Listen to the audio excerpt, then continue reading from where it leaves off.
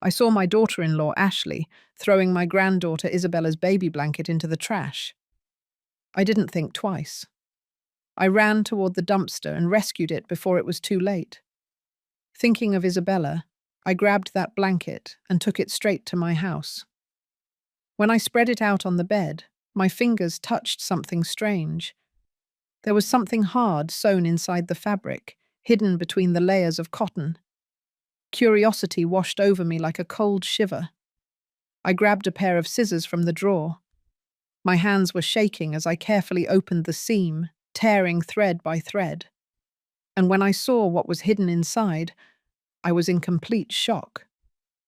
I never imagined that something so small, so quiet, could contain such horror. Because what I found wasn't just an object. It was the evidence of a lie that had lasted for years. It was the truth about my son's death. It was the darkest secret my daughter-in-law had kept. And when I understood what it really meant, I knew my life would never be the same. Before continuing, please subscribe and tell me where you are watching this story from. Because what I am about to tell you is something that I still find hard to believe is real. My name is Eleanor, and I am 69 years old. I have lived alone in this house for 3 years, since the day I lost my only son.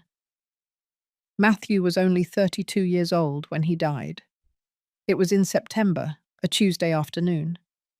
I got a call from Ashley, crying, screaming, telling me that Matthew had had an accident, that he had fallen down the stairs at their home, that he hit his head, that he wasn't responding. I got to the hospital in 15 minutes. I drove like a maniac. My hands were sweating on the steering wheel. When I walked into the emergency room, Ashley was sitting in a chair, her face in her hands. She was wearing a pearl grey dress. She had bloodstains on the sleeves. She saw me and ran toward me. She hugged me. She sobbed against my shoulder. I just wanted to see my son. I needed to see him. A doctor came out. He looked at us with that expression all doctors have when they are about to give bad news, and he said the words that destroyed my world. Matthew had died, severe head trauma. They couldn't do anything. I screamed. I cried. I collapsed on the cold hospital floor. Ashley held me. She told me everything would be all right, that Matthew would have wanted us to be strong, but nothing was all right. Nothing would ever be again. My husband had died 15 years ago from a heart attack, and now my son was gone too. Matthew was all I had left. He was a doctor, brilliant, dedicated. He worked long hours at the hospital saving lives. He had married Ashley 2 years before his death. She was a nurse too. They met at work. He introduced her to me one Sunday afternoon. I remember she was wearing a cream-colored dress and her smile was perfect, too perfect. But Matthew was in love. His eyes shone when he looked at her. He told me she was the woman of his life, that he wanted to start a family with her. And I wanted to believe him. I wanted to believe my son had found happiness. A year after the marriage, Ashley got pregnant. Matthew was euphoric. He called me every day to tell me how the baby was growing. They bought a new house. They painted the little girl's room soft pink. Matthew himself put together the crib. I remember seeing him so happy, so full of hope. And when Isabella was born, I felt like life had given me a gift, a second chance to love, to care. My granddaughter was beautiful, small, delicate, with Matthew's dark eyes. I knitted that mint green blanket with my own hands. It took me weeks to finish it. Every stitch was a piece of my love for her. Matthew adored it. He used to say it was magical, that every time he wrapped Isabella in it, the child would stop crying. He kept that blanket like a treasure. But after the accident, everything changed. Ashley became distant. At first, I understood. She was grieving too. She had lost her husband too. She needed time, space. But the months passed, and she brought Isabella to see me less and less. She always had excuses, that the child was sick, that she had too much work, that she needed to reorganize her life. I didn't want to pressure her. I didn't want to be that nosy mother-in-law. So I waited. I called. I asked if I could visit my granddaughter. Sometimes she would say yes. Other times she just wouldn't answer. And when she did let me see Isabella, I noticed something strange. Ashley was different, colder, more distant. Her gaze no longer had that feigned warmth from before. There was something calculating in her eyes, something that made me nervous. But I thought it was grief, that Matthew's death had changed her, like it had changed me. I tried to be understanding. I tried to give her space. Until that October afternoon, 3 years after Matthew's death, I had bought some toys for Isabella. I wanted to surprise her. I drove past Ashley's house to leave them in the mailbox. I didn't want to bother her. I just wanted my granddaughter to know that her grandmother was thinking of her. I parked my car across the street, and then I saw her.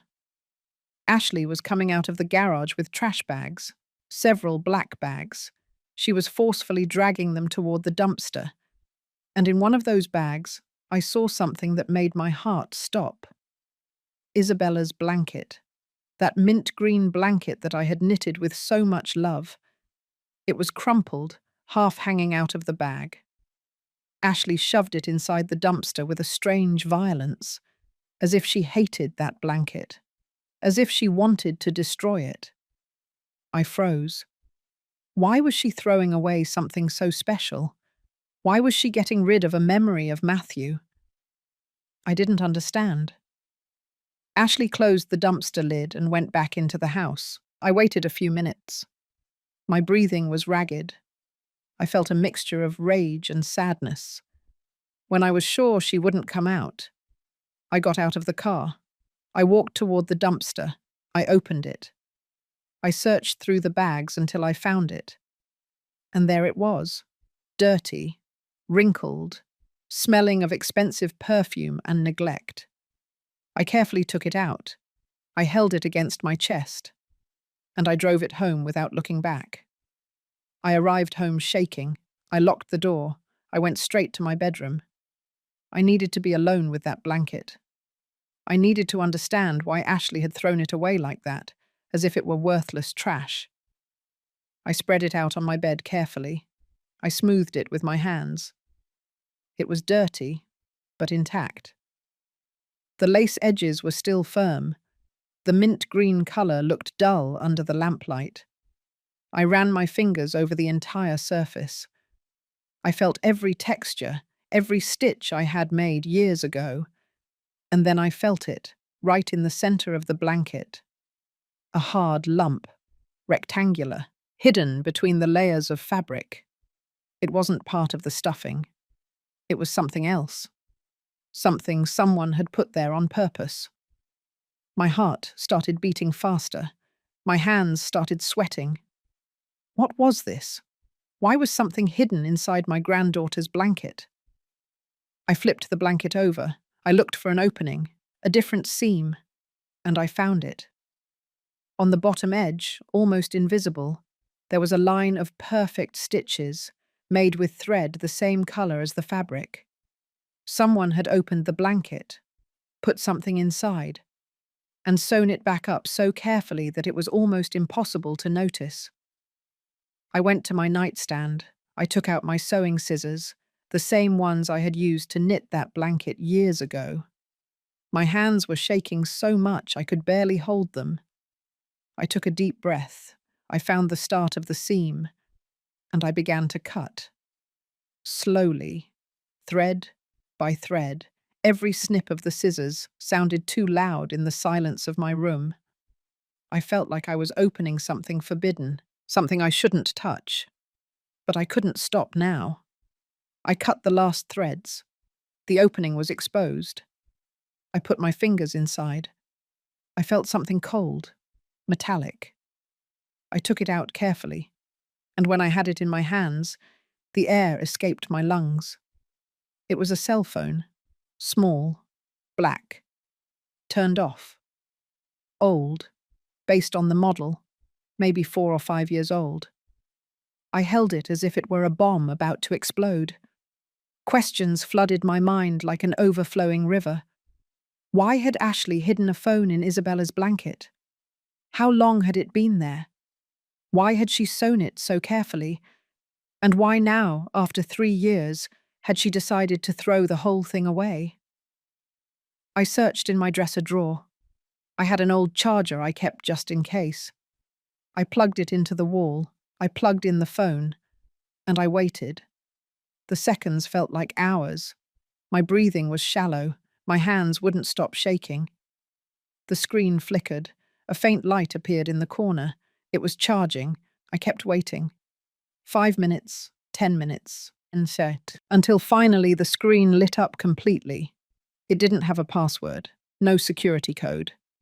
It opened right to the main menu, as if someone had wanted it to be easy to access, or as if they had never imagined anyone else would find it. My fingers trembled on the screen. There were several apps: messages, gallery, contacts, notes. I started with the gallery. I touched the icon, and what I saw froze me. There were pictures, lots of pictures. The first one was of Ashley. She was in an elegant restaurant.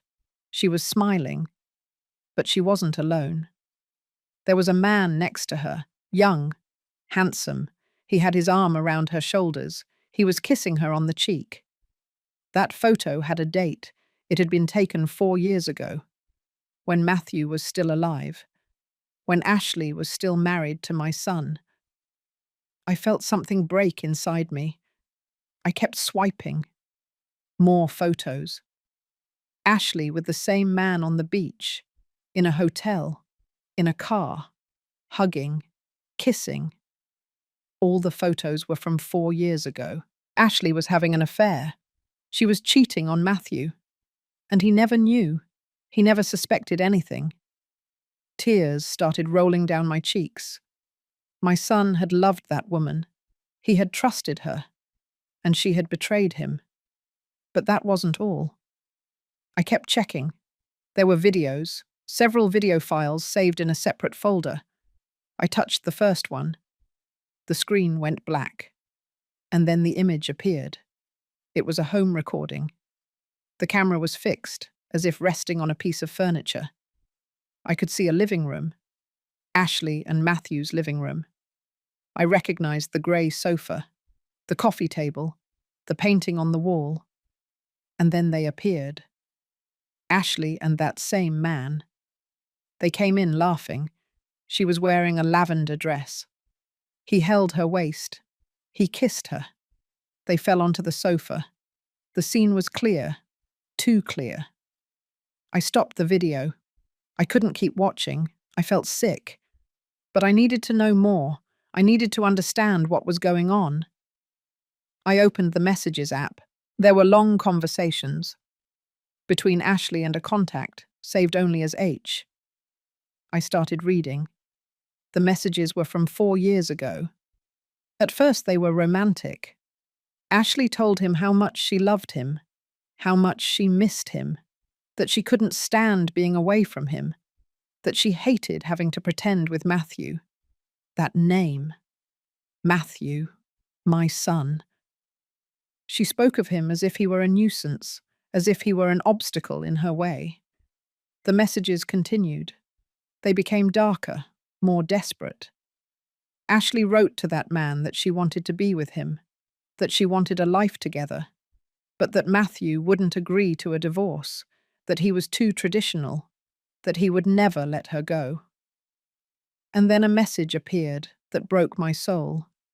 There has to be another way. I can't keep going like this. I need him to disappear. My hands dropped the phone. It fell onto the bed. My breathing stopped. I read that message over and over. I need him to disappear. It couldn't be true. I couldn't be reading what I thought I was reading. I picked up the phone again. I kept scrolling down the conversation. The man, SH, replied, "Don't say crazy things. Just wait. We'll find a way." But Ashley insisted, message after message, growing more desperate. "I don't want to wait anymore. I want to be with you now. Matthew is the problem. If he weren't here, we'd be free." And then a few days later, another message, this one even more chilling. "I talked to someone who can help us. I just need you to trust me." The man replied, worried. "What did you do? Who did you talk to?" But Ashley gave no details. She just said that soon everything would be resolved, that soon they would be free, that soon they could be together without hiding. The messages ended abruptly a week before Matthew's death. There were no more conversations after that date, as if they had both stopped using that phone, as if they had wanted to erase any trace. I got up from the bed. I walked around the room trying to process what I had just discovered. Ashley had planned something. She had talked about making Matthew disappear. And a week later, my son was dead. Had it really been an accident? Or had it been something else? The doctor's words echoed in my mind. Severe head trauma. Fall down the stairs. But now everything took on a different meaning. A horrible meaning. I picked up the phone again. I checked the notes. There was a single entry, written 2 days before Matthew's death. It said, "Tuesday, 3 o'clock in the afternoon. He will be alone. Everything has to look natural. An accident. No one can suspect." My legs gave out. I sat down on the bed. Tears ran uncontrollably down my face. My son hadn't died in an accident. My son had been murdered. And Ashley, the woman he had trusted, the mother of his daughter, had been part of it all. I couldn't sleep that night. I sat on my bed, the phone in my hands, reading and rereading those messages. Every word was a stab. Every sentence confirmed what my heart already knew, but my mind refused to accept. Matthew hadn't died in an accident. My son had been murdered. And the woman who swore to love him until death had planned everything. She had orchestrated his death as if it were something as simple as moving house or changing jobs. The tears had stopped.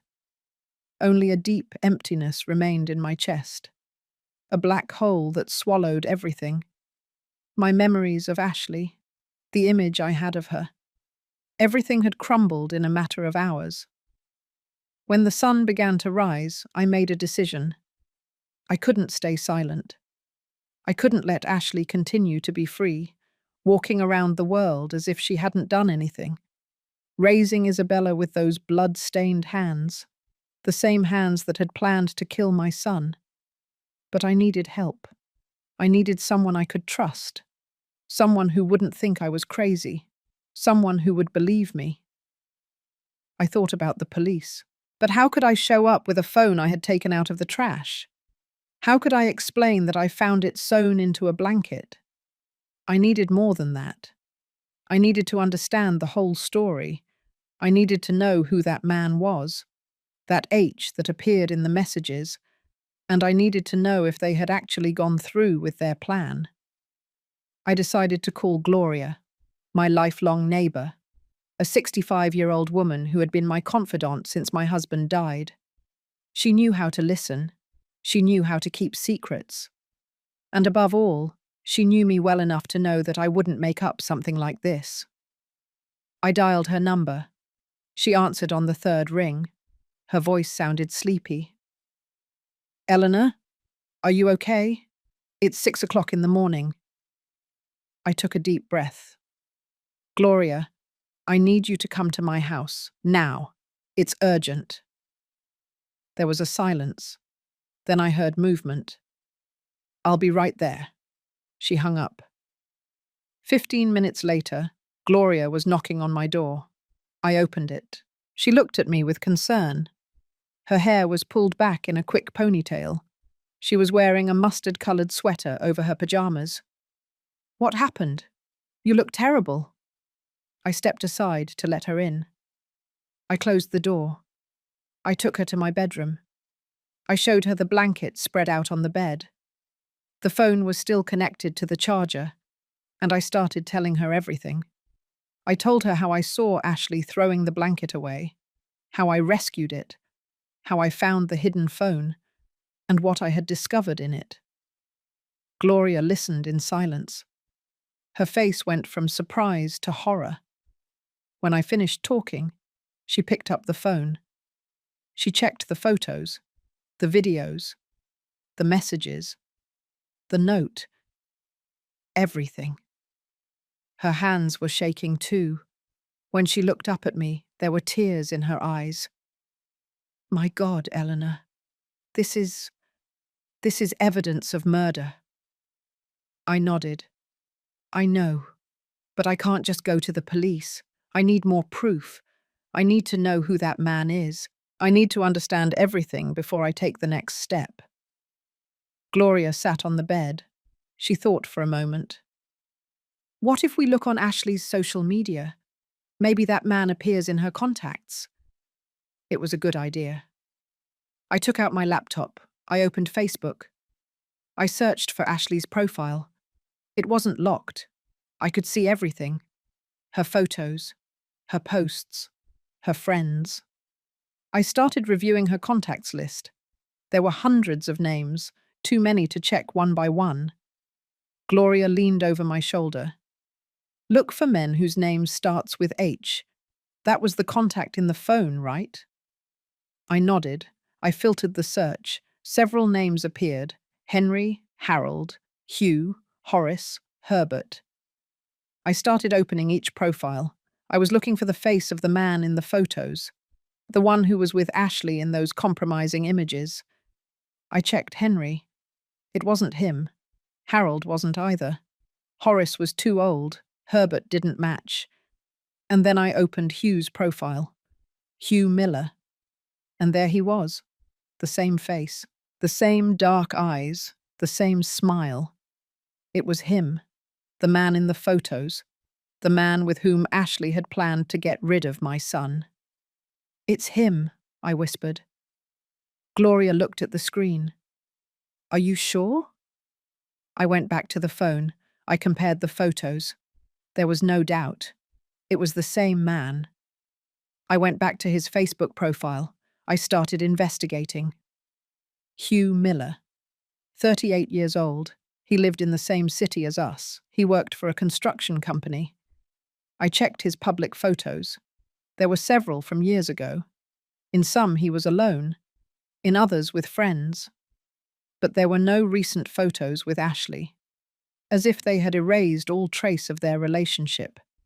As if they had never been together. We have to find him, I said. Gloria nodded.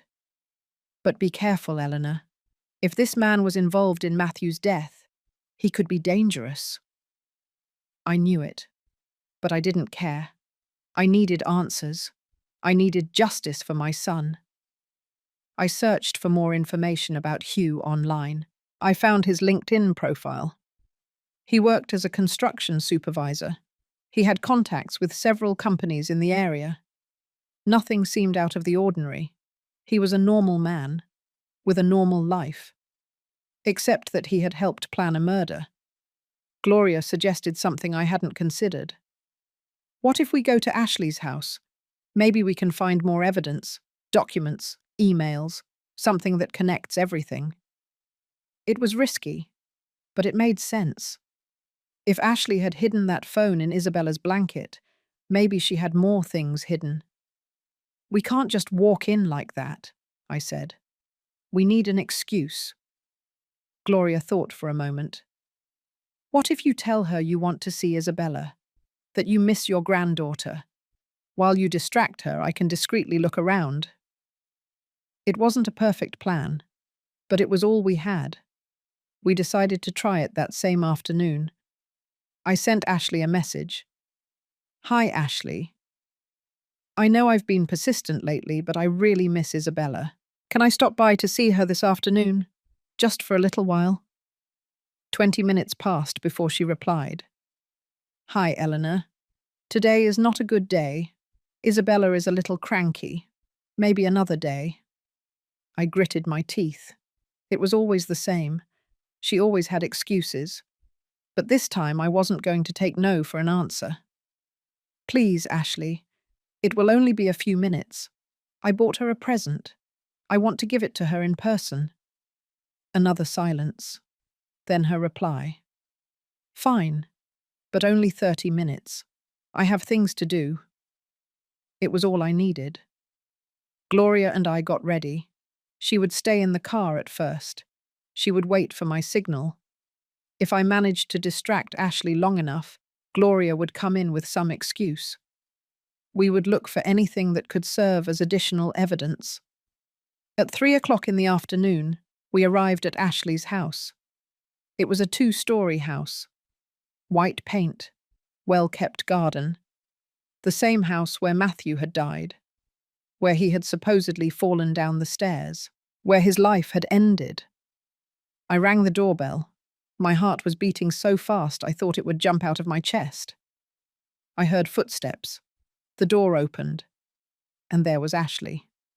She was wearing black pants and a salmon-colored blouse. Her hair was perfectly styled, her makeup impeccable, as always. "Hi, Eleanor," she said with a cold smile. "Come in." I went into the house. The smell of lavender filled the air. Everything was clean, tidy, perfect, too perfect, as if nothing bad had ever happened within those walls. "Where is Isabella?" I asked. "Upstairs. In her room. I'll call her." Ashley went up the stairs, the same stairs where Matthew had supposedly fallen. I looked at every step. I looked for some sign, some mark, but there was nothing. Ashley came down with Isabella in her arms. My granddaughter had grown so much. She was 3 years old now. Her dark hair fell in soft curls over her shoulders. Her eyes were identical to Matthew's. Seeing her broke my heart and filled me with love at the same time. "Hi, Grandma," Isabella said in her sweet little voice. She extended her little arms toward me. I took her. I hugged her tight. She smelled like baby shampoo and innocence. She was the only pure thing left of my son, the only good thing that had survived all this darkness. "I missed you so much, my love," I whispered to her. She smiled. She showed me a doll she had in her hand, a little brown bear. She started telling me a story about him. I listened to her while watching Ashley out of the corner of my eye. Ashley was standing by the window, looking at her phone. She seemed distracted, nervous, as if she was waiting for something, or someone. I took advantage of the moment. I took out my cell phone. I sent a quick message to Gloria. "Come in now." A few minutes later, the doorbell rang. Ashley looked up, surprised. "Are you expecting someone?" I asked her with the most casual voice I could manage. She shook her head. She frowned. She went to the door. She opened it. Gloria was there, with a kind smile. "Hello, excuse the interruption. I'm Gloria, Eleanor's neighbor. I came with her, but I forgot a bag in the car. Can I come in and use the restroom? It's urgent." Ashley hesitated. She looked at Gloria. Then she looked at me. I nodded as if it were the most normal thing in the world. "Sure," Ashley finally said. "Down the hall, first door on the left." Gloria walked in. She gave me a quick look. I understood the message. She would look for what she could while I kept Ashley distracted. I needed time. I started talking. I asked Ashley about work, about how she was handling things, about whether she needed help with Isabella. Ashley answered with short phrases, curt. She kept looking at her phone. She was restless, I kept talking. I told her that I had found some old pictures of Matthew, that I would like to show them to Isabella when she was older, so she could get to know her dad. When I mentioned Matthew, Ashley tensed up. Yes, of course. When she is older. Her voice sounded different, harsher. She looked toward the hallway. Your friend is taking a long time. Maybe she doesn't feel well, I improvised. You know, at our age, everything takes longer. Ashley didn't look convinced. She got up. I'm going to check on her. My heart sped up. I needed to stop her. Wait, Ashley. There is something I want to ask you. She stopped. She looked at me. What is it? I took a deep breath. I needed to make this believable. Isabella's blanket, the one I knitted for her. I haven't seen it lately. Are you still using it? Her face changed. For a second, I saw panic in her eyes. Then she composed herself. The blanket? Yes, of course. It is. It is in the washing machine. It got dirty. She was lying. I knew she was lying. But I couldn't tell her. Not yet. Oh, that's good. I'm glad you still have it. Matthew loved it so much. I mentioned my son again on purpose. I wanted to see her reaction. Ashley pressed her lips together. Yes, Matthew loved a lot of things. There was something in her tone, something bitter, something resentful. Before I could reply, Gloria appeared in the hallway.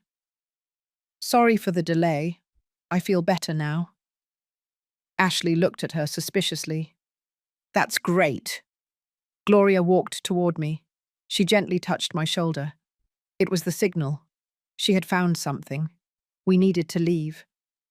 Well, Ashley, we won't bother you anymore. Thank you for letting us see Isabella. I stood up.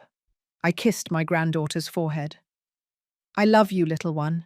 Grandma will be back soon. Isabella hugged me. Bye, Grandma. Ashley escorted us to the door. When we left, she closed it quickly, almost violently. Gloria and I walked to the car in silence. We got in. I closed the door. What did you find?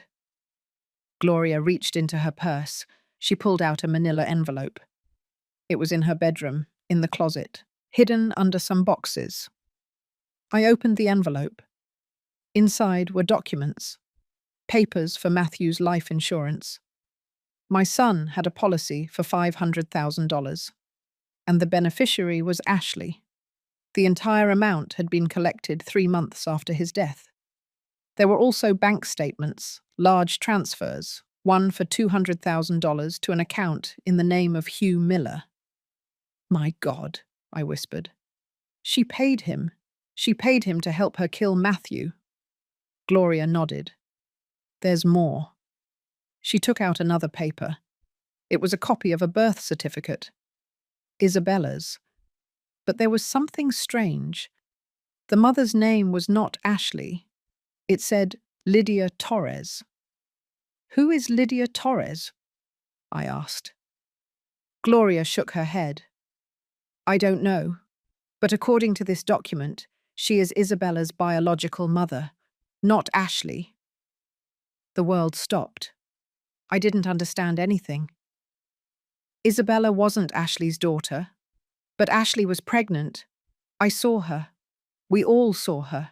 Gloria pointed to the date on the certificate. Look at Isabella's date of birth. It doesn't match what Ashley told us. There is a difference of 2 months.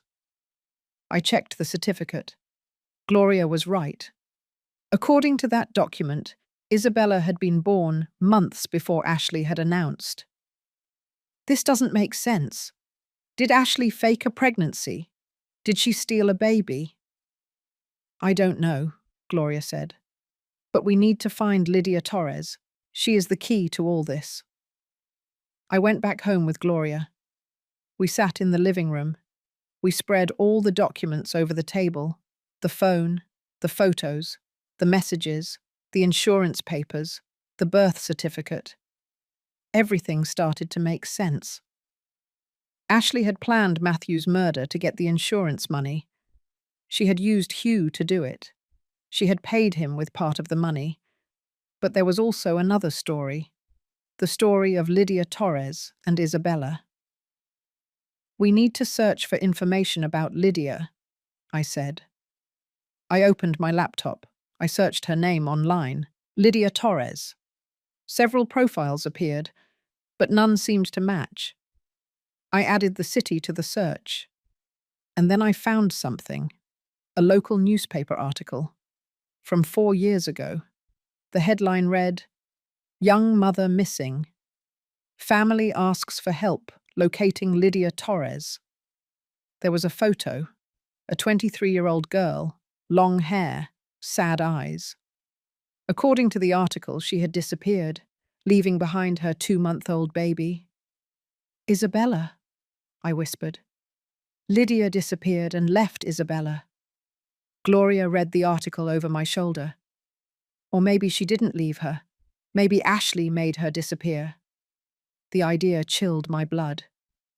"Do you think Ashley killed Lydia too?" "I don't know." But think about it. Ashley needed a baby to complete her perfect family facade with Matthew. Maybe she met Lydia.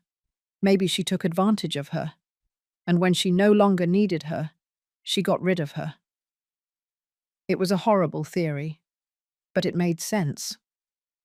I searched for more information about Lydia's disappearance. I found another article, more recent, from 6 months ago. "Remains of missing young woman found. Identified as Lydia Torres." They had found her body in an abandoned lot outside the city. The investigation was closed. Cause of death, head trauma, the same cause as Matthew. It couldn't be a coincidence. "Ashley killed her," I said with a trembling voice. "She killed Lydia to keep Isabella. And then she killed Matthew to keep the money." Gloria took my hand. "Eleanor, this is too big. We need to go to the police, now." She was right. We couldn't keep investigating alone. This was evidence of 2 murders, maybe more. We needed professional help. I picked up my phone. I looked up the number for the local precinct. I dialed. A masculine voice answered. "Central Precinct. How can I help you?" I took a deep breath. I need to report a murder. 2 murders. And I have evidence. They gave me an appointment for the next day. A detective named Jack Roberts would take the case. They asked me to bring all the evidence I had. I didn't sleep that night. I tossed and turned in bed, thinking about everything I had discovered, about Ashley's lies, about my son's death, about Lydia Torres, about Isabella. My granddaughter wasn't really my blood granddaughter, but that didn't matter. She was Matthew's daughter in his heart. He had loved her as his own. He had cared for her. And now that child was in the hands of a murderer, in the hands of the woman who had killed her real mother and her adoptive father. I couldn't allow Ashley to continue with her. I had to get Isabella out of that house. I had to protect her. But first, I needed the police to believe my story. I needed them to investigate, to arrest Ashley, to seek justice. At 9 o'clock in the morning, Gloria and I arrived at the precinct. It was a grey building, cold. It smelled like old coffee and paper. A receptionist greeted us. We told her we had an appointment with Detective Roberts. She made us wait in a small room. 15 minutes later, a man about 45 years old appeared. Tall, short hair with greying temples, penetrating eyes. He was wearing a beige shirt and dark pants. "Mrs. Eleanor?" I nodded. "I'm Detective Jack Roberts. Come in, please." He led us to his office, a room full of filing cabinets and folders. There were photos on the walls. Solved cases, I supposed. We sat down across from his desk. He settled into his chair. He took out a notepad. Tell me everything from the beginning. I took a deep breath, and I started talking.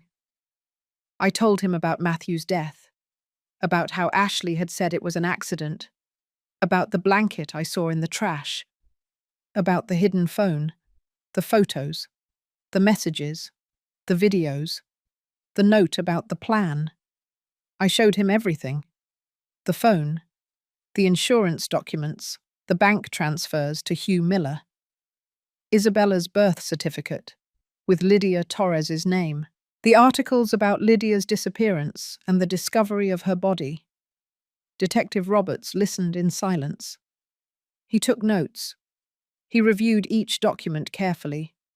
He looked at the photos on the phone. He read the messages. His expression was serious, concentrated. When I finished speaking, he leaned back in his chair. "This is serious," he finally said. "Very serious. If what you are telling me is true, we are talking about 2 premeditated homicides, possibly 3, if we count the girl's biological father." I was stunned. The biological father. If Isabella wasn't Ashley's daughter, she had to have a father, someone who was with Lydia Torres. "Do you know anything about him?" I shook my head. I didn't find anything about that. The detective wrote something down. "I'll investigate. But first, I need to verify this evidence." "What are you going to do?" I asked. "I'm going to reopen the case of your son's death. I'm going to request an exhumation for a second autopsy, and I'm going to thoroughly investigate the death of Lydia Torres. I'm also going to interrogate Hugh Miller." I felt an enormous relief. Finally, someone believed me. Someone was going to do something. "And Ashley? Are you going to arrest her?" The detective shook his head. "Not yet. I need more evidence before issuing an arrest warrant. I don't want her to escape if she suspects we're investigating her." It made sense, but it frustrated me.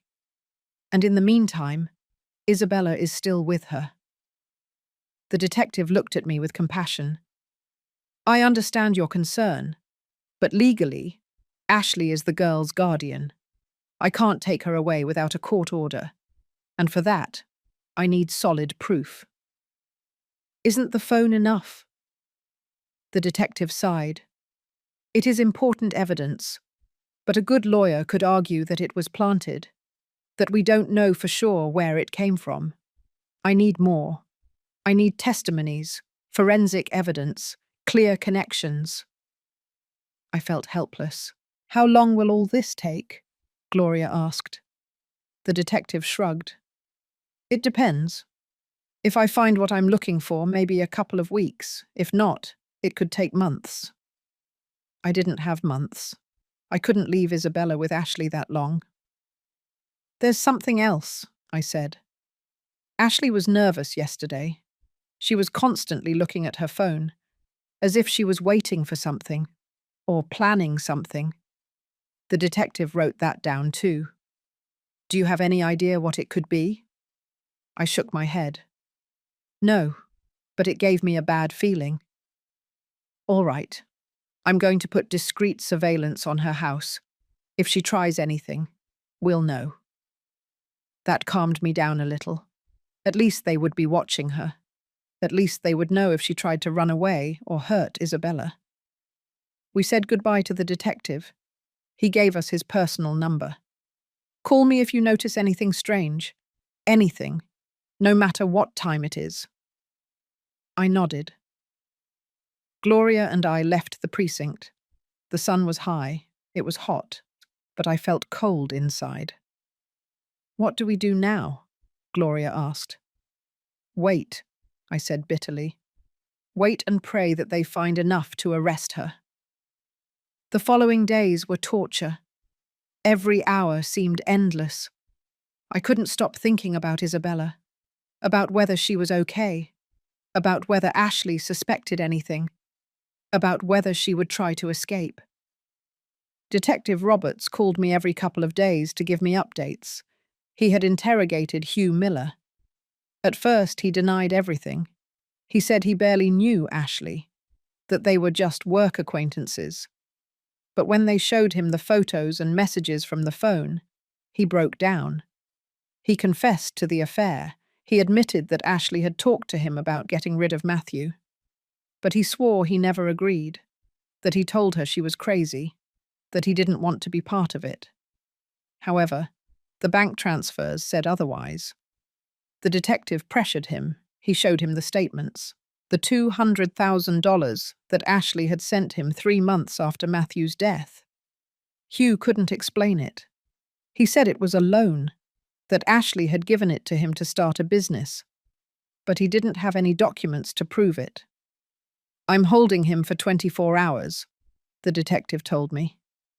"I hope he confesses. If not, I'll have to release him. I don't have enough to keep him detained."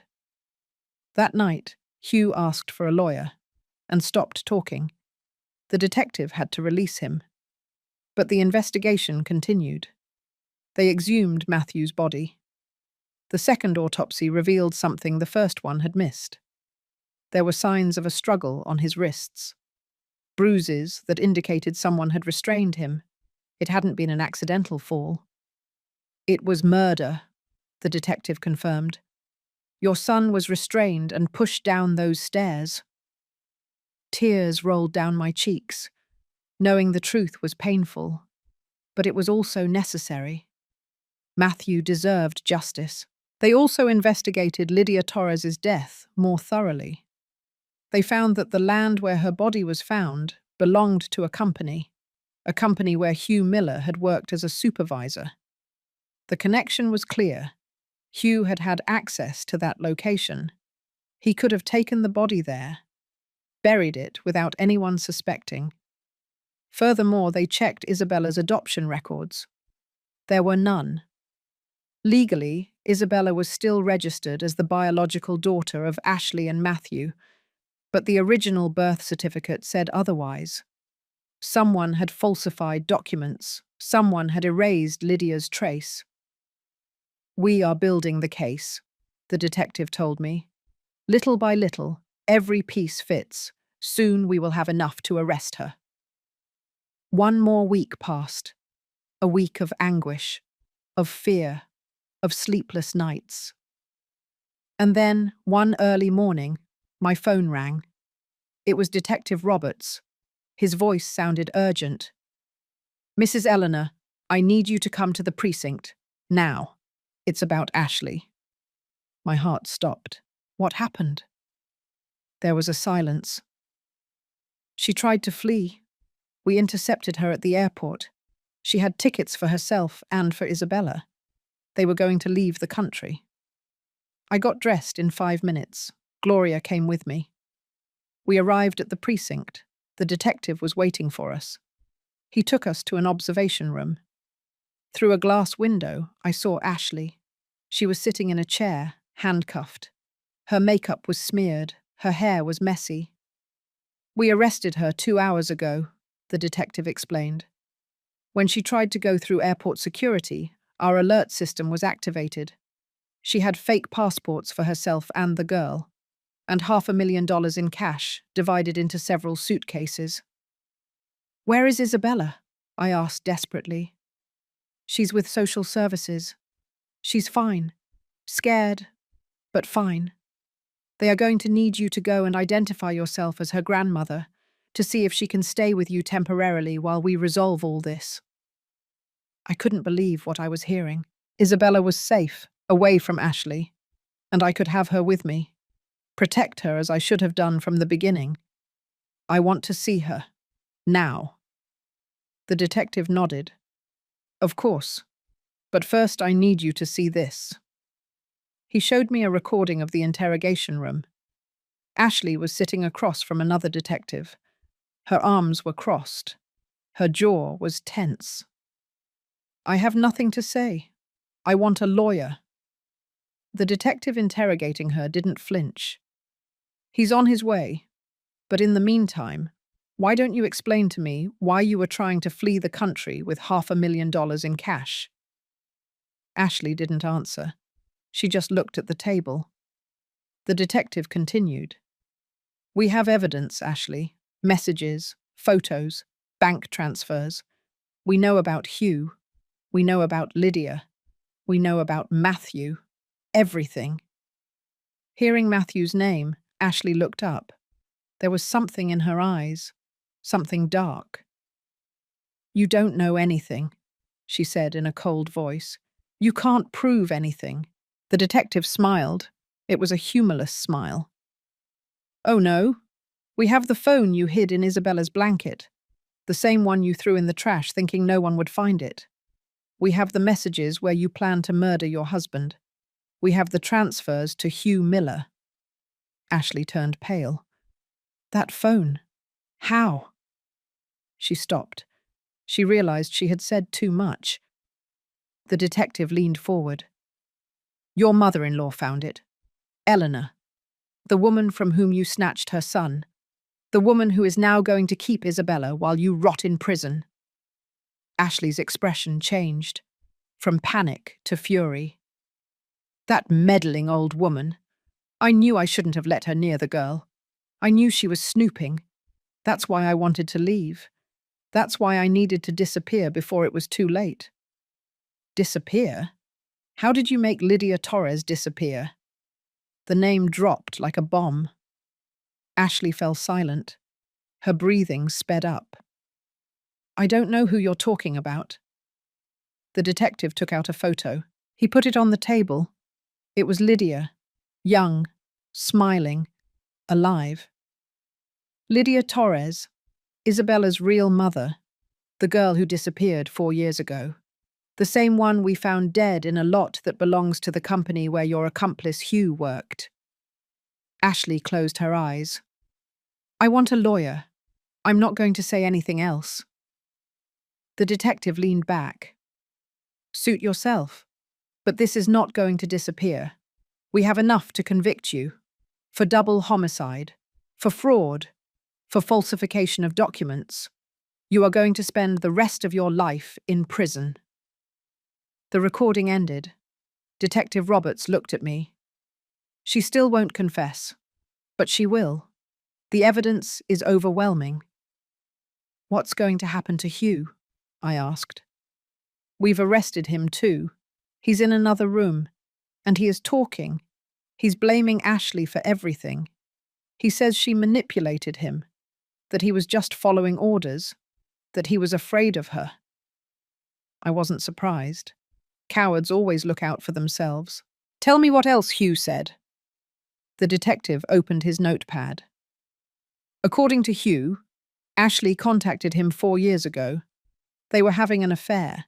She told him she was tired of her marriage, that Matthew was boring, controlling, that she wanted a different life. She proposed the plan.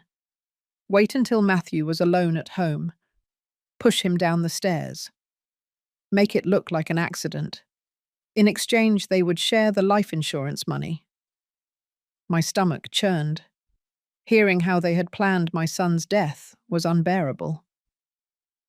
Hugh says that at first he refused, but Ashley convinced him. She showed him the insurance papers, $500,000. She promised him $200,000 for himself, and a life together after everything was over. Gloria, who had been silent, spoke. What about Lydia? What did Hugh say about her? The detective turned a page. That's where the story gets darker. According to Hugh, Ashley met Lydia at the hospital where she worked. Lydia was a patient. She had come in for pregnancy complications. She was alone. No family, no resources. Ashley saw an opportunity. She befriended Lydia. She offered her help. She told her she could stay at her house after the baby was born. Lydia accepted. She had no one else. My hands were shaking. Ashley planned everything from the beginning. She wanted to keep the baby. The detective nodded. Exactly. According to Hugh, Ashley lied to Matthew. She told him she was pregnant. She wore loose clothing. She faked symptoms. Matthew never suspected. When Lydia gave birth, Ashley took the baby. She told Matthew that she had given birth at home, that everything had happened very quickly. And Lydia? What happened to her? My voice was trembling. The detective took a deep breath. Hugh says Ashley gave her something, a drug, so Lydia couldn't resist. She took her to the lot where they later found her body, and she killed her. Same method as with Matthew. Head trauma.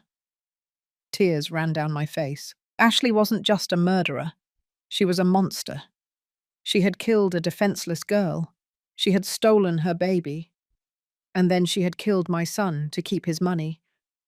And Isabella's father? The real father? According to the records we found, Lydia never registered the father. Either she didn't know him, or she didn't want to involve him. We are investigating, but for now there is no trace of him. I wiped my tears. I want to see Isabella. Please. The detective led me to another wing of the building. There was a waiting room with toys. A social worker was there. And in a corner, playing with coloured blocks, was my granddaughter. Isabella, I whispered. She looked up. She saw me.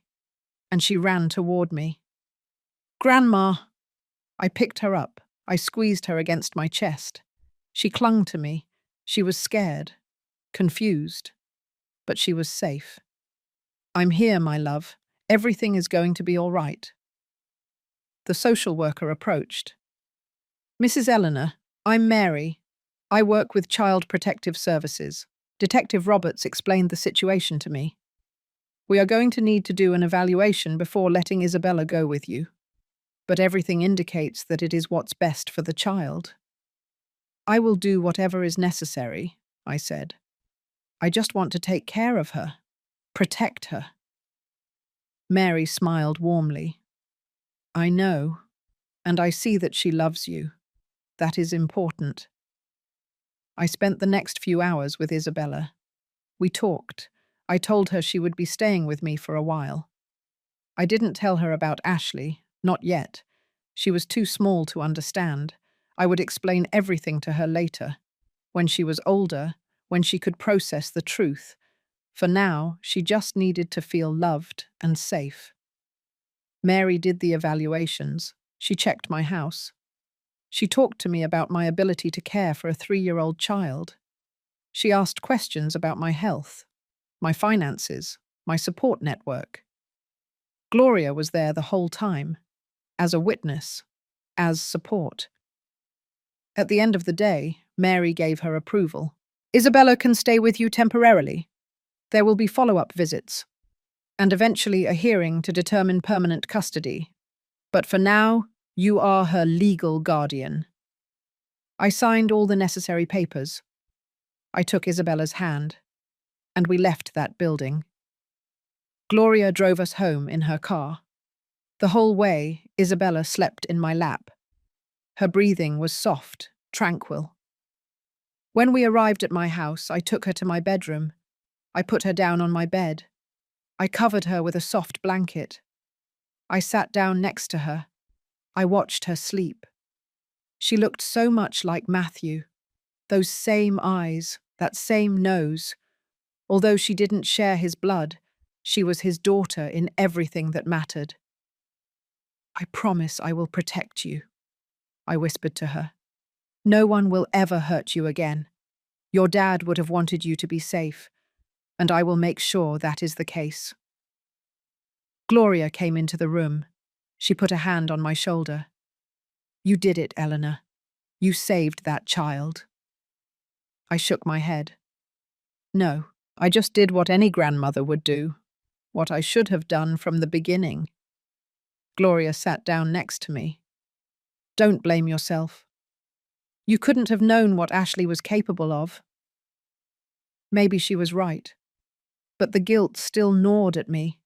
If I had been more attentive, if I had questioned more things, if I hadn't trusted so much, maybe Matthew would still be alive, maybe Lydia too. What's going to happen now? Gloria asked.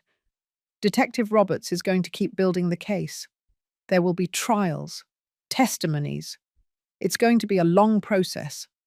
But Ashley is going to pay for what she did. And Hugh, too. Gloria nodded. Good. They deserve it. The following months were a whirlwind. The case of Ashley and Hugh became a media sensation. Newspapers talked about the killer nurse, the woman who had killed her husband, and the biological mother of her daughter for money. Cameras camped outside the precinct whenever there was a hearing. I tried to keep Isabella away from all of it. I enrolled her in preschool. I bought her new clothes, toys. I fixed up a room for her in my house. I painted the walls a soft yellow. I filled the room with stuffed animals and books. I wanted her to feel at home, to forget the horror she had lived through. But the nights were difficult. Isabella had nightmares. She would wake up crying, calling for her mum. And I didn't know what to tell her. I couldn't tell her that her mum was in prison, that her mum had killed her dad, that her mum wasn't really her mum. I just hugged her. I sang her songs. I told her she was safe, that I would always take care of her. Little by little, the nightmares became less frequent.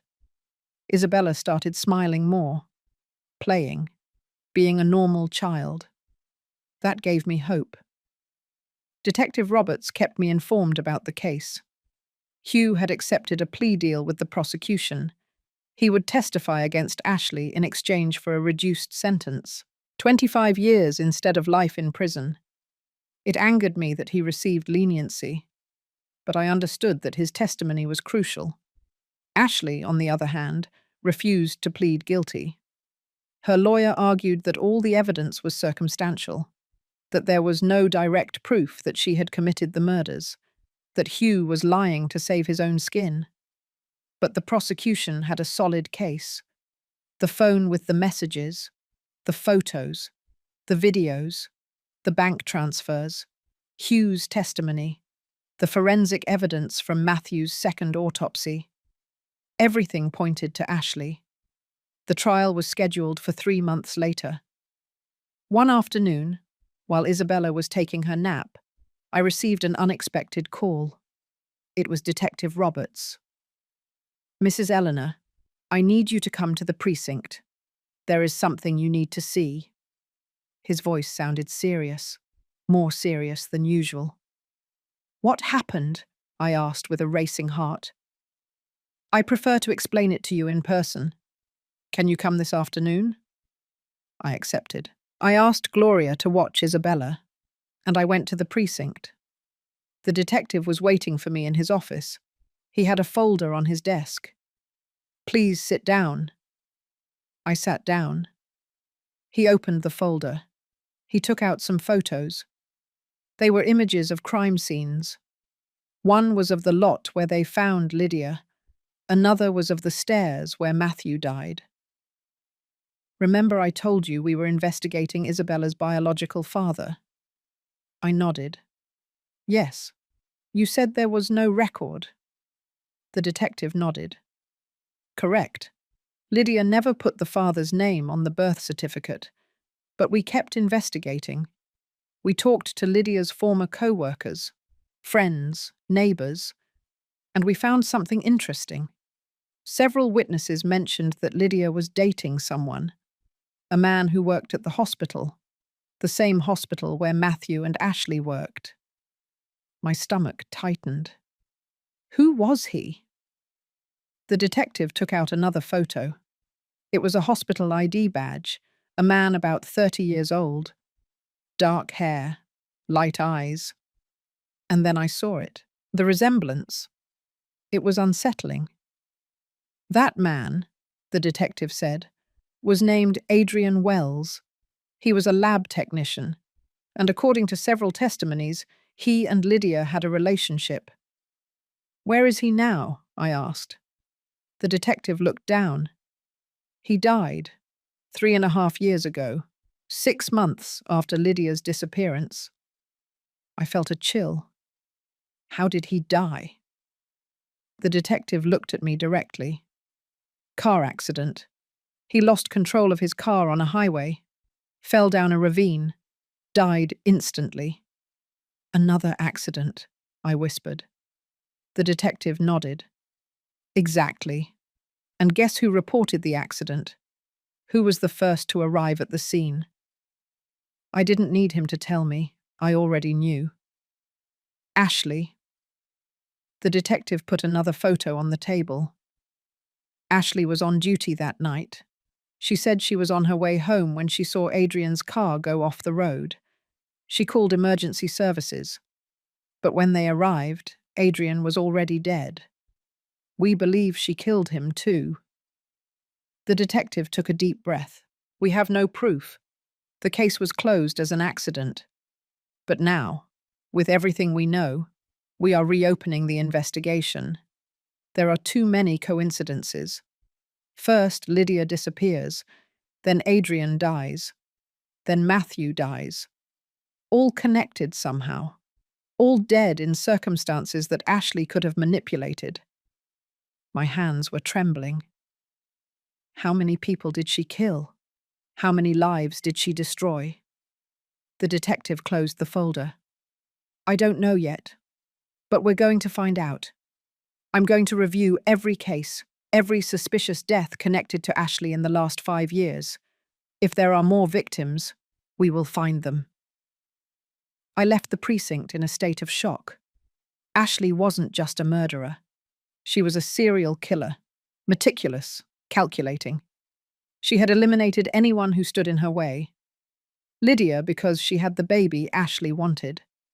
Adrian because he was the baby's father and could claim her.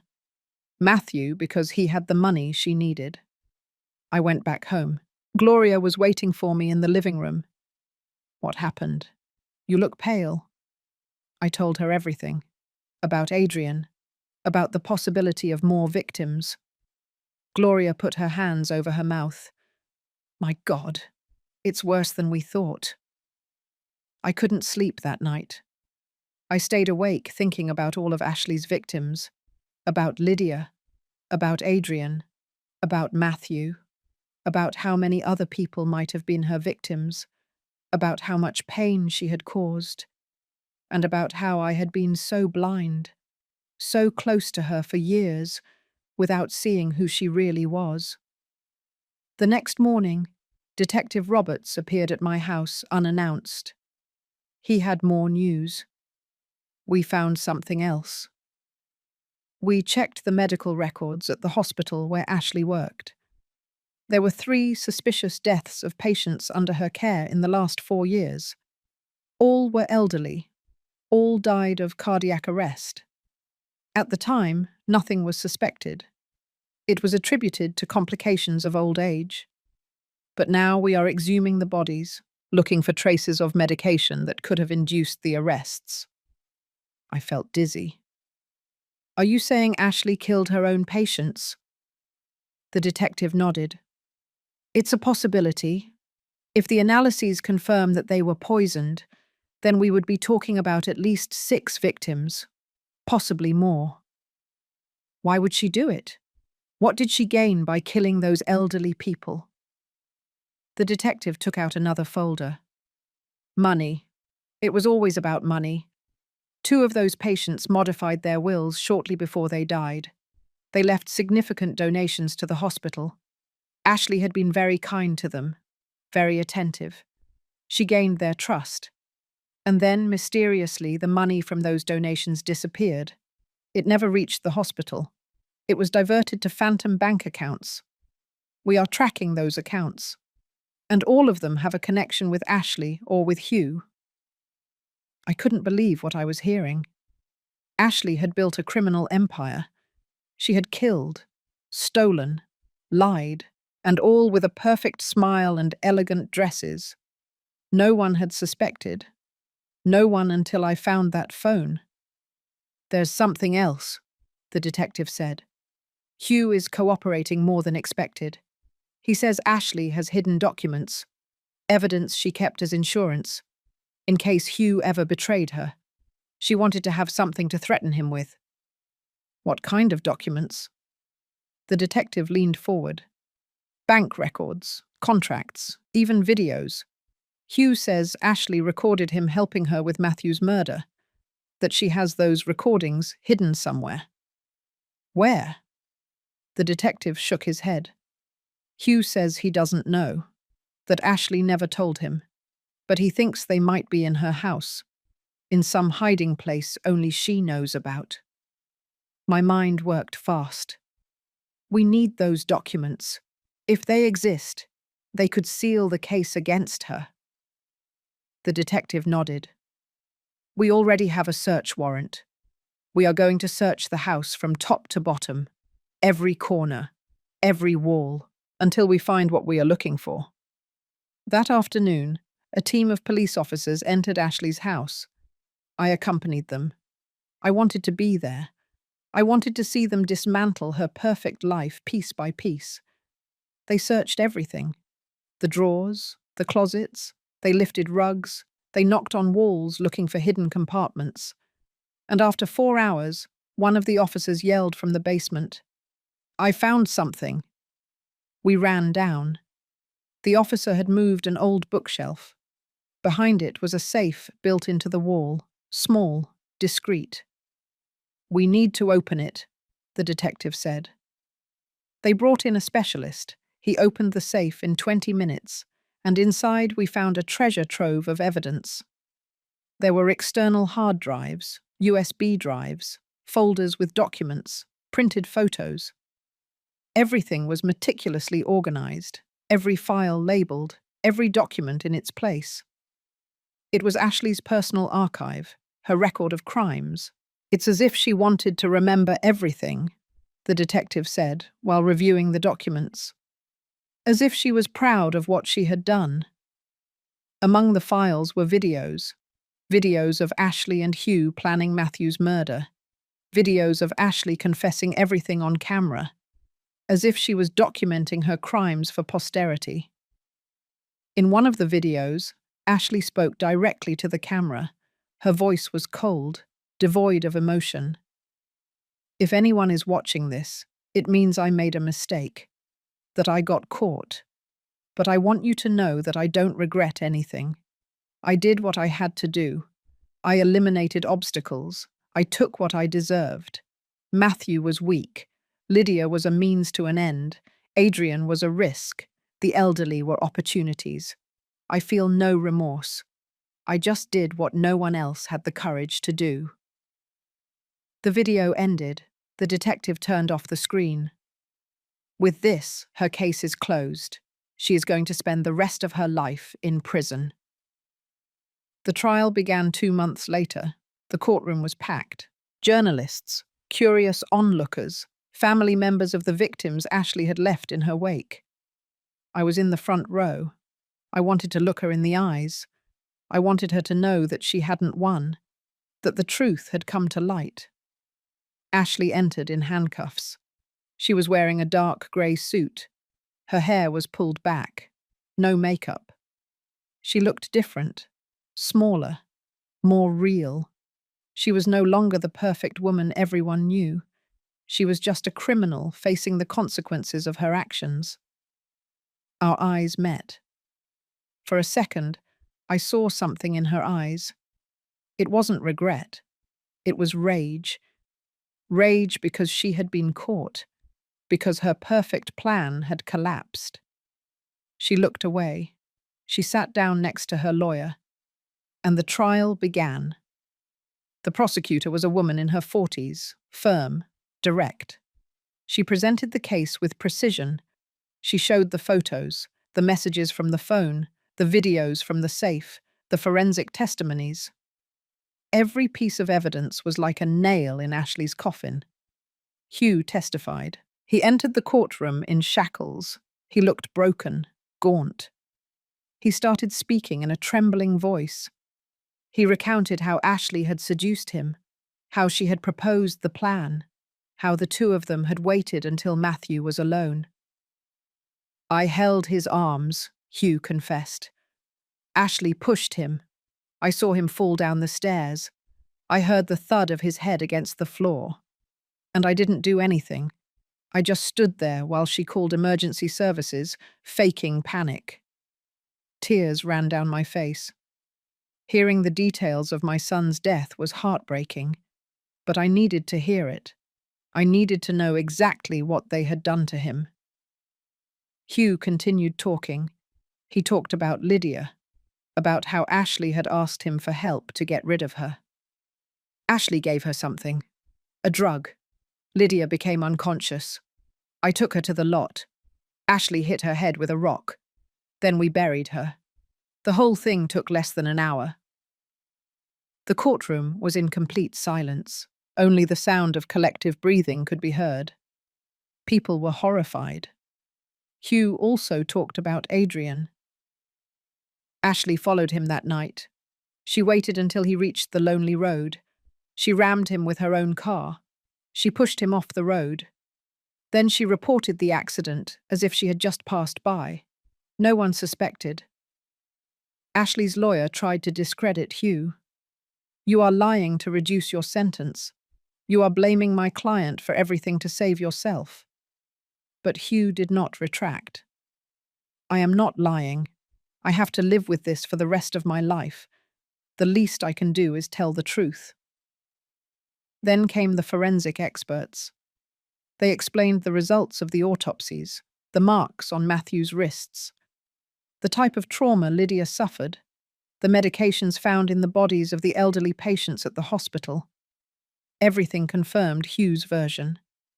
Then former co-workers testified, patients who had survived, neighbors who had seen strange things. Every testimony added another layer to the story, another proof of Ashley's evil. The trial lasted 3 weeks. Finally, the time for closing arguments arrived. The prosecutor stood before the jury. "Ashley is not a person who made a mistake. She is not someone who acted on impulse. She is a predator, calculating, cold. She killed at least 6 people, maybe more, and she did it without remorse. She destroyed families. She ruined lives. She stole a baby from her real mother. She murdered her own husband. And all for money, for ambition, because she believed she deserved more than she had. She does not deserve compassion. She deserves justice. She deserves to spend the rest of her life paying for what she did." Ashley's lawyer tried to create doubt. "The evidence is circumstantial. My client has been the victim of a campaign against her. Hugh Miller is the real culprit. He is using Ashley as a scapegoat. You cannot convict someone based on the words of a confessed criminal." But it didn't work. The jury deliberated for 6 hours. When they returned, the tension in the room was palpable. The judge asked for the verdict. The jury foreman stood up. "In the case of the murder of Matthew Stone, we find the defendant guilty. In the case of the murder of Lydia Torres, we find the defendant guilty. In the case of the murder of Adrian Wells, we find the defendant guilty. In the cases of the 3 elderly patients at the hospital, we find the defendant guilty. Guilty on all counts." I looked at Ashley. Her face showed no emotion. She didn't cry. She didn't scream. She just sat there, as if none of this mattered to her, as if she had accepted her fate a long time ago. The judge spoke. "Ashley Wilson has been found guilty of 6 counts of first-degree murder. I sentence her to 6 consecutive life sentences, without the possibility of parole." The courtroom erupted in murmurs. I could only close my eyes. It was the end. Ashley would never leave prison. She would never harm anyone again. Justice had been served. But I didn't feel joy, only a deep emptiness, because none of this would bring Matthew back. After the trial, Detective Roberts approached. "Justice," he said simply. I nodded. "Yes, but at what cost?" He put a hand on my shoulder. "You saved Isabella. That's what's important. You gave her a chance to have a normal life, a life without lies." He was right. Isabella was what mattered now. She was my reason for continuing. I went back home. Gloria was waiting for me with Isabella. My granddaughter was playing with her dolls.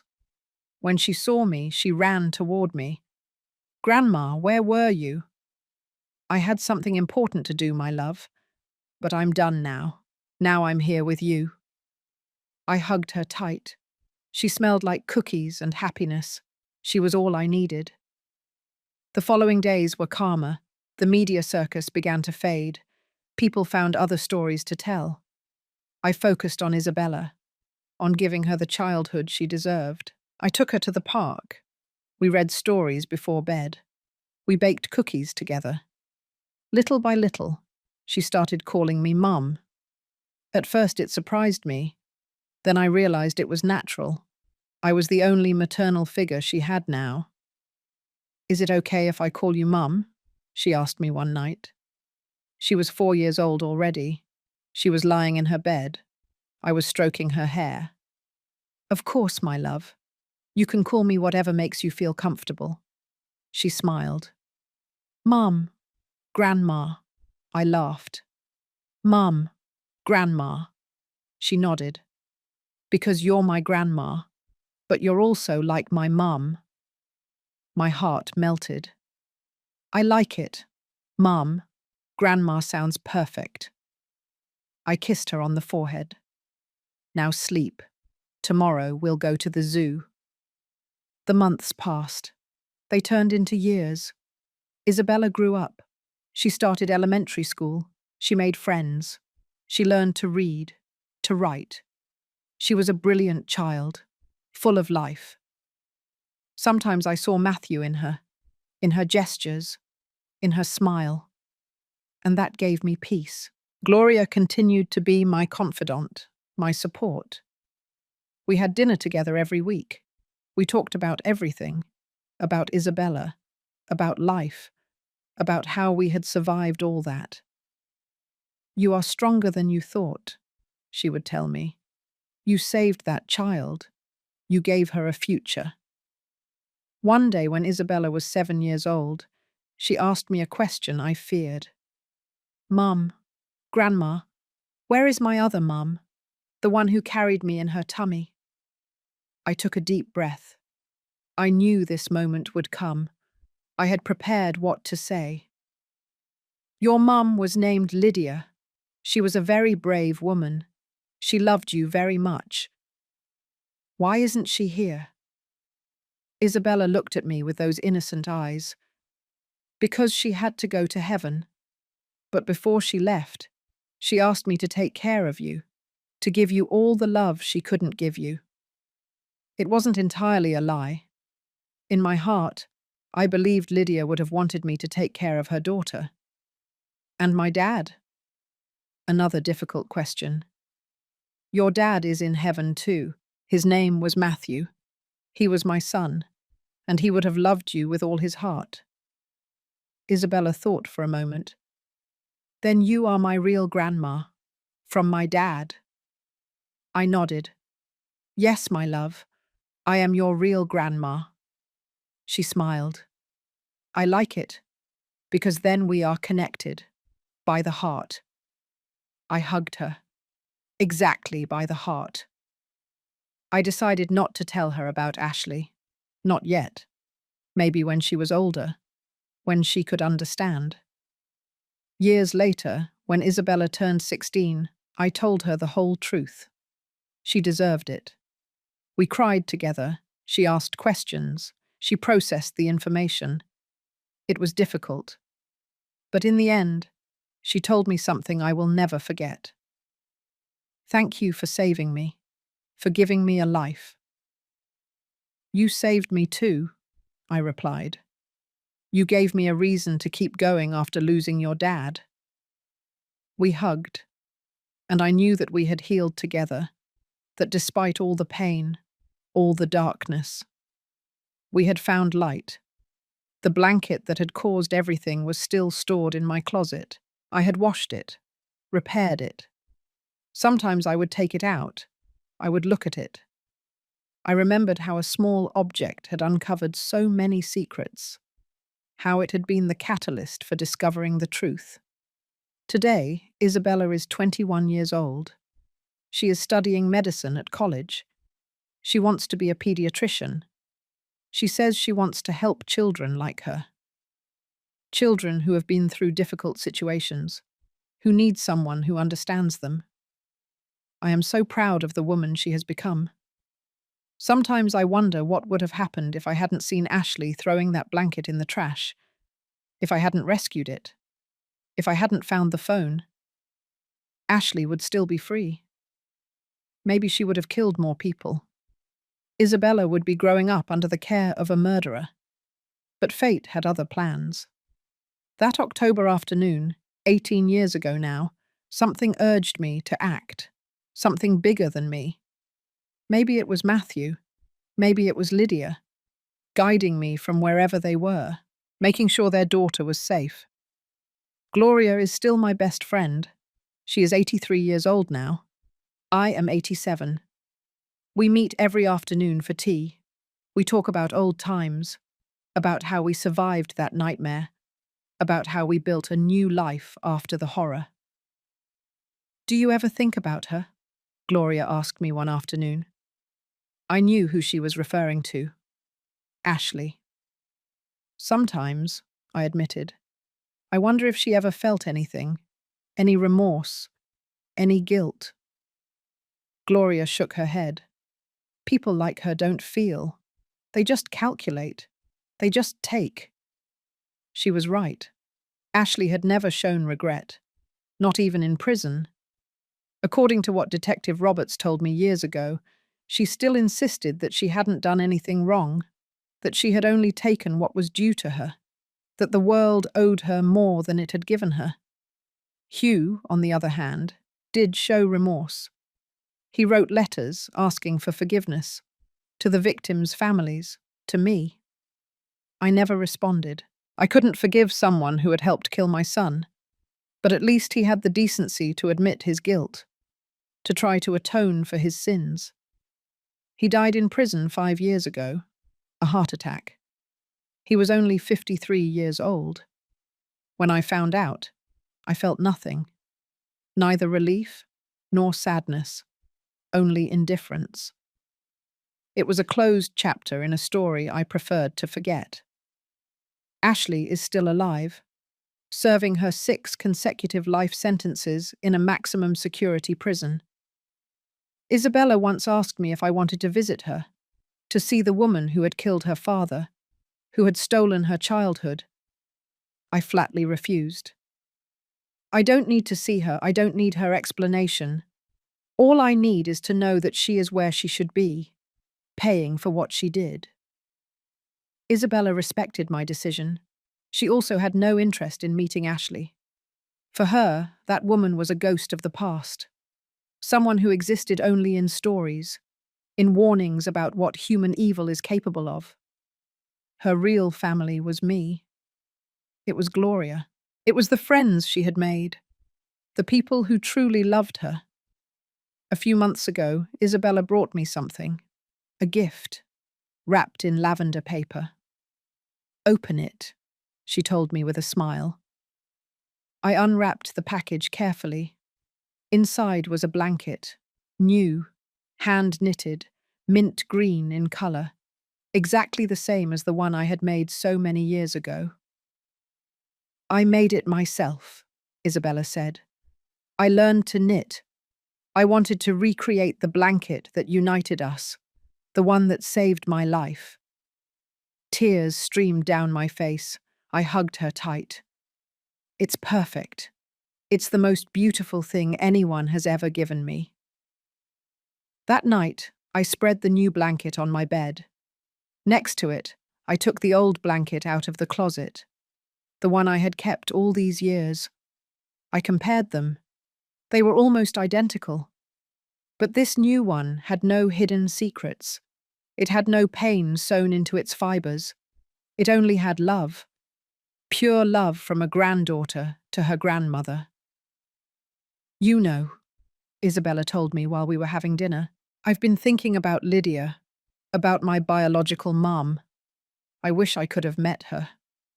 I took her hand. Me too. From what I gathered, she was a good person. Brave, strong. She was alone and scared. But she loved her baby. She loved you. Do you think she would be proud of me? Isabella asked with a trembling voice.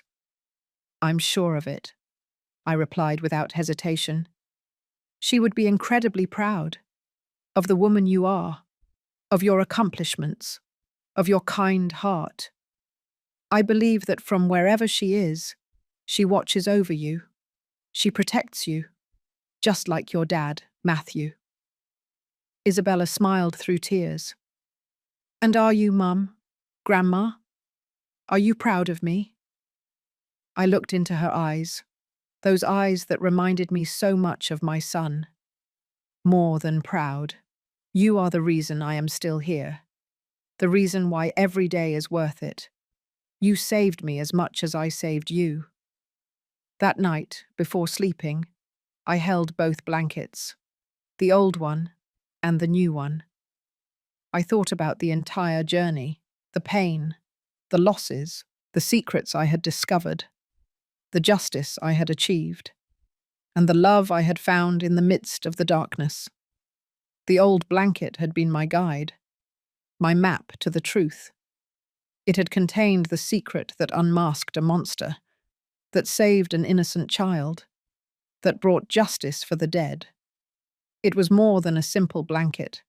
It was a symbol of truth, of resilience, of maternal love. And now, the new blanket represented the future, a future without lies, without pain, without dark secrets. It was the promise that Isabella would have the life she deserved, full of love, opportunities, hope. 2 blankets, 2 stories, 1 family. I got up from the bed. I went to Isabella's room. She was asleep, breathing softly. I approached. I smoothed her hair. I kissed her on the forehead. I love you, my child, my reason for living. She whispered something in her sleep. I didn't understand what, but she was smiling. That was enough.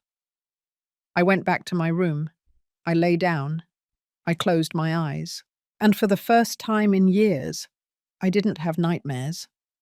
I didn't dream of Ashley, or of Matthew falling down the stairs, or of Lydia screaming. I dreamed of peace, of a garden full of flowers, of Isabella laughing, of the future. When I woke up the next morning, the sun was coming through my window. Isabella was already awake, making breakfast.